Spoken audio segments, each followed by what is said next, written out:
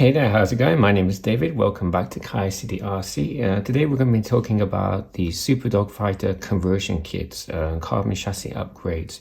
This is going to be a follow-up to a previous video I've done on the guide to the dogs. So if you haven't seen that video, links in the description below. I got a couple of comments on that video asking about the EXO Design Carbon Conversion Kit. So in this video, I'm just going to go through some things to consider, why you might want to pick up a conversion kit or upgrade some of the parts on the stock 870C. So without further ado, let's get into it. So this is my Parts Bin Special Super Dogfighter. I put this together simply for the purpose of the previous video. It's, well, as near as it matters, stock. It does have a few minor modifications on it.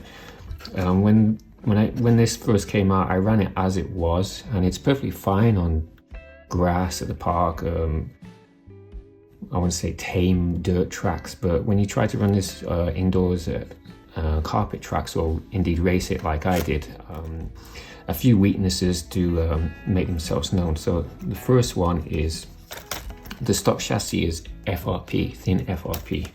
Okay, I have stock chassis right here.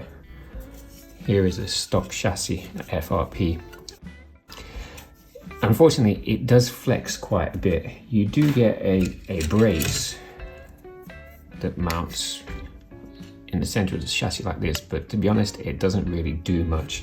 It's fine for dirt, but when you start running on carpet tracks, what will happen is the chassis will flex. You can probably see it here on camera. You can see the belt moving. So on big jumps, landings and stuff like that, you can actually hear the belt skip. Unfortunately, the stock 870C Super Dogfighter doesn't come with any kind of upper chassis deck or brace, so you do get that skipping. So when I started racing it, one of the first things I wanted to do was put some kind of upper brace on. Now at the time, the re-release had only just come out, so there wasn't much in the way of third-party manufacturers. One of the first companies to produce, at least over here anyway, one of the first companies to produce any kind of kit was H2RD Racing Development. It's a Taiwanese-based company. They did a full carbon kit. Front shock towers, not included in this packet, but there was front shock towers, main chassis, an upper chassis brace that you can see here, a battery holder, and servo stay. And indeed, this kit is still running the H2RD servo mount. I should point out that this chassis is not this kit supplied FRP chassis. This is actually Yokomo's carbon version. So later on in the year, Yokomo offered a carbon version, exactly the same dimensions and layout as the stock FRP chassis, just made out of carbon. So I actually used this for several races as well. And also the front and rear shock towers are also Yokomo carbon version ones. Again, dimensionally, they're exactly the same as the stock FRP ones. The problem with the stock FRP ones is they break. One good crash at the front, and yeah, they break almost immediately. So they're not really suited for racing. Well, no. Racing on modern tracks, I should say. So I'm going to say replacing the shock towers is one of the first things you're going to want to do if you plan to race this, particularly indoors on carpet tracks. So initially I ran the H2RD carbon kit. It's a good kit, and most importantly it had this upper chassis, upper deck. Now depending on the manufacturer, some of them will have a cutout which will allow you to continue to use the stock belt tensioner. This one did. The only reason I stopped using this particular kit, well, you can probably see in my hastily scribbled writing here, I actually damaged the chassis. Heads up to anybody who is about to build a Super Dogfighter, make sure you put plenty of thread lock on the screws that go on the other side of the chassis and hold the bulkheads in place. They can work loose, and if you do what I did and paint the under tray, you won't notice until it's too late. After a weekend of racing, I noticed finally, it took me a while, but bumping the camera. It took me a while, but finally I noticed the bulkhead had worked loose, and by that time all of the 4 mounting holes had become elongated, and the chassis was just unusable by that point. So I ended up buying my second carbon chassis, this time Yokomo's own branded matte carbon chassis, and these parts became unused. At the same time, I also picked up Yokomo's upper deck, just purely because I wanted it to match. The H2RD development carbon is modern style weaved carbon. I'm pretty sure you can probably see that in the camera. Whereas Yokomo opted to do their parts in a matte finish carbon that kind of matches the vintage aesthetic. I really like it. The downside to this particular part though is once you install it, you are no longer able to use the kit supplied belt tensioner. Unfortunately. Now, I honestly don't think not having this is a problem, and not a problem I should say.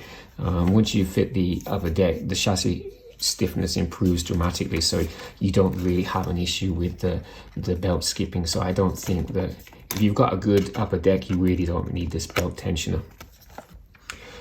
So in this configuration, I did some further testing, and one of the problems with the Super Dogfighter, particularly on indoor carpet tracks, is it's not very good at jumping. The stock dampers are on the short side, you don't have a lot of travel, you don't have a lot of droop, and in an effort to get it to jump better, I ended up going along the route of installing aftermarket big bore shock towers. So initially I started out with an Australian company called Unfair RC. He does some full-size big bore shock towers that allow you to run big bores. They were okay, but they were a little bit oversized. I wasn't too keen on the aesthetic. It's personal opinion that they allowed me to run big bores, and that dramatically improved the handling. But at the same time, I just wasn't keen on the looks, and I was also a little bit concerned about the durability. The Unfair RC shock towers have a lot of holes for adjustment, but it also makes it slightly weaker. And after a few crashes, I noticed cracks had started to appear between some of the holes for the adjustment for the upper link mounting points, for example. And so I went back to Yokomo's standard size carbon version shock towers, and this is what I ran last year's GFCC.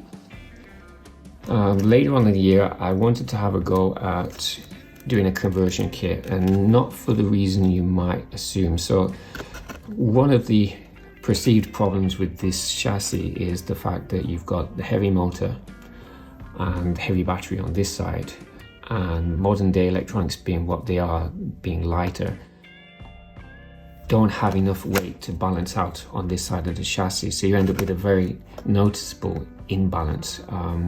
I can honestly say that after extensively running this car in races with this configuration, and then doing some testing with the EXO Design Conversion Kit with the battery on this side, but still keeping the standard size shocks, I couldn't really tell the difference, if I'm completely honest. A pro driver, they probably would notice, but at my skill level, I couldn't really tell the difference between having the motor and battery on this side and some electronics and a few odd weights to balance things out, and actually having the battery on the other side of the chassis. Your mileage may vary, but in my case, I couldn't really tell the difference.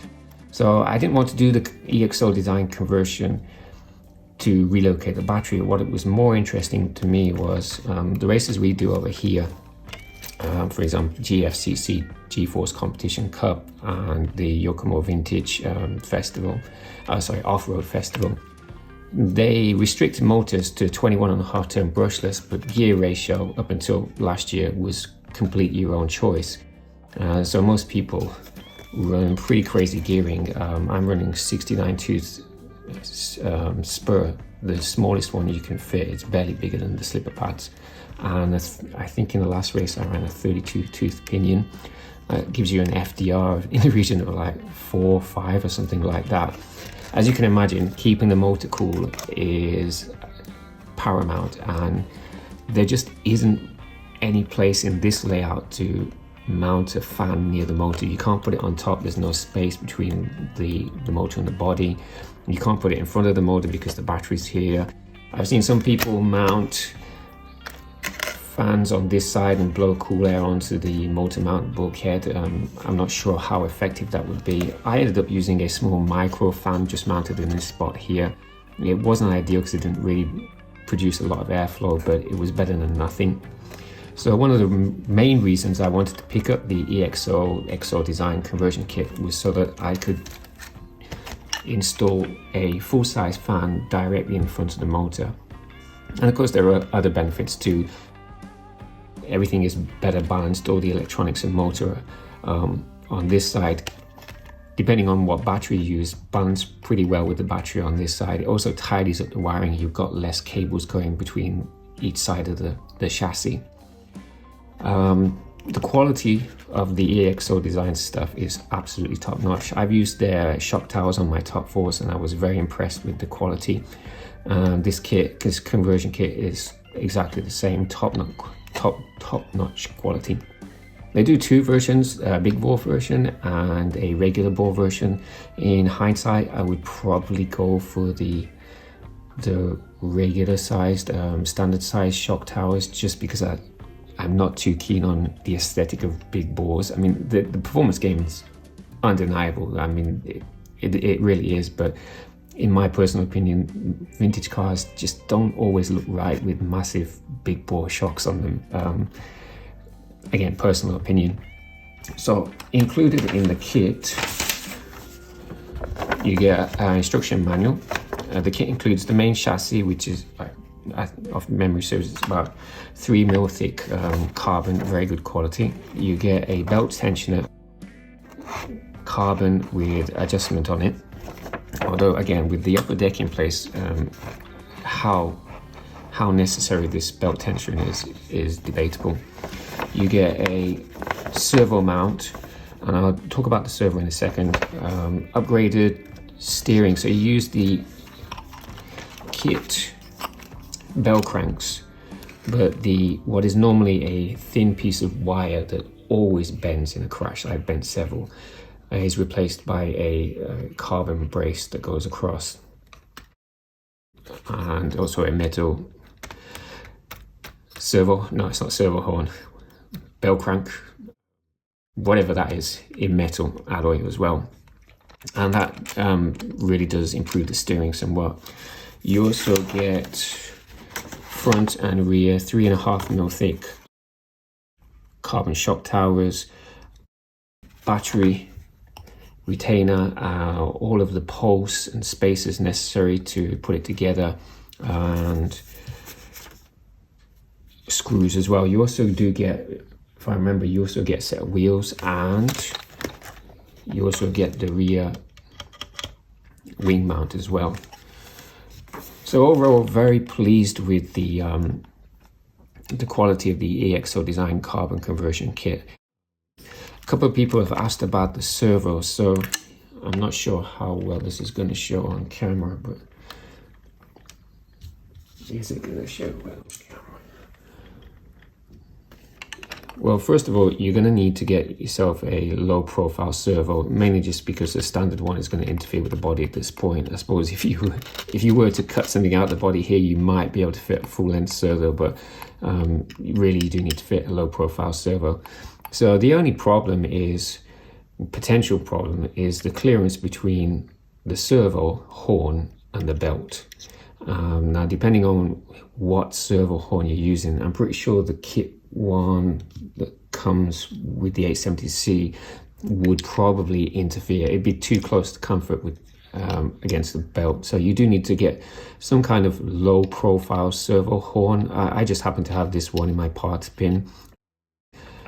I would suggest that if you do get this conversion kit, just see what you've got to hand before you go out and order something specifically for this kit. The next thing you'll need to possibly change is the rod end bowl cup. So Yokomo's standard white plastic bowl cups are actually quite bulky. If you use the kit supplied one, as you can see, there isn't a lot of clearance between the belt and the bowl cup rod adjuster. So you ideally, depending on the servo horn you're using and where along this, how far away from the center point of the servo this mounts, you may need to fit a smaller rod adjuster ball cup. Again, I rated my parts bin and found something useful. So it's really just a case of playing around with different servo horns and mounting positions, so you get one where throughout the, I'm not sure, I was going to pick up the camera. Throughout the servo travel, there is no interference between the belt and the servo horn. It's probably hard to see with the top deck in place, but although it looks like the rod end ball cup is directly below the belt, it's actually slightly off to the side. So even with some movement in the belt, it's not actually going to barely would contact the end of the servo ball cup rod end. And again, if you're using the belt tensioner, you can add a bit of tension to the belt to minimize belt flapping. But after probably 20 or so packs through this, there's been no issue whatsoever with wear on the belt. One thing that did concern me, and again it's not been an issue, is the clearance between the carbon brace. My mind has gone blank. The carbon piece between the two belt cranks and the belt, there's not a lot of clearance, and that concerned me at first, but again, I've run about at least 20 packs through this and it's not been an issue, so I don't think it ever will be an issue. Overall, I'm very pleased with the quality of the EXO Design Conversion Kit. If you plan on racing your 870C, depending on the regulations and what they allow and don't allow, definitely recommend it. If nothing, just so that you can fit a cooling fan, tidy up the electronics, and have a slightly better weight balance. Although, like I said, on the track, I didn't really notice the difference in handling between the battery being on this side and the battery being on that side, but again, your mileage may vary. So anyway, I hope that helps. I'm going to shut up here. Thanks for watching and supporting the channel. I've had a lot of positive comments and feedback on my last video, so thank you very much for that, and I'll catch you in the next one.